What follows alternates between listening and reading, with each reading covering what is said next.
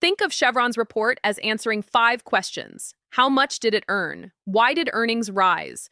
Was the improvement operational? Did it generate cash? How sustainable is it? 1. Start with the headline. Chevron reported $12.1 billion of net income, or $6.11 per diluted share, on revenue of about $70.1 billion. On an adjusted basis, it earned $12.0 billion, or 6.06 per share. The adjusted figure is usually the better starting point because it removes selected unusual items. In this quarter, the adjustments were relatively small. Chevron included a $230 million asset sale gain, $86 million of pension settlement costs, and a $49 million negative foreign exchange impact. Bottom line, this was not just a result of accounting adjustments. The underlying operating result was also extremely strong.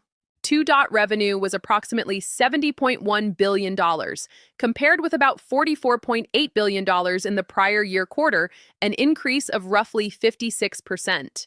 But for an oil company, revenue growth by itself is not enough.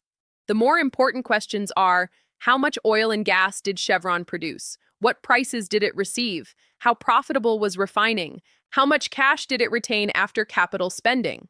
3. Break down the businesses. Upstream, finding and producing oil and gas. Upstream earnings were approximately $8.2 billion, compared with about $2.7 billion a year earlier.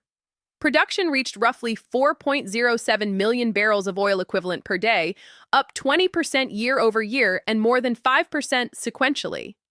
The production increase came from 3 main sources: Hess assets, particularly Guyana and the Bakken, continued growth in the Permian Basin, stronger output from Chevron in Kazakhstan. U.S. upstream production reached a record of approximately 2.1 million barrels of oil equivalent per day. This matters because production growth can create more durable earnings than simply benefiting from a temporary oil price spike. Downstream, refining and selling fuel. Downstream earnings were approximately $4.9 billion, the highest level in roughly a decade. U.S. refinery throughput exceeded 1 million barrels per day, with crude unit utilization around 97%. The logic is straightforward. Chevron buys crude oil. Its refineries process that crude into gasoline, diesel, jet fuel, and other products.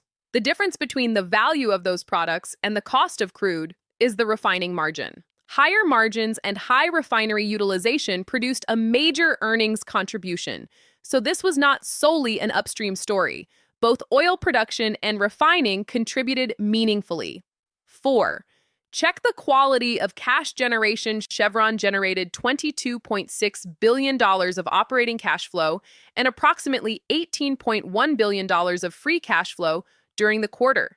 On an adjusted basis, free cash flow was about $15.4 billion. Free cash flow is particularly important because it shows what remains after funding the business's capital expenditures. That cash can be used for dividends, share repurchases, debt repayment, new investment. Chevron paid approximately $3.5 billion in dividends, repurchased about $3.1 billion of stock, and reduced debt by more than $8 billion.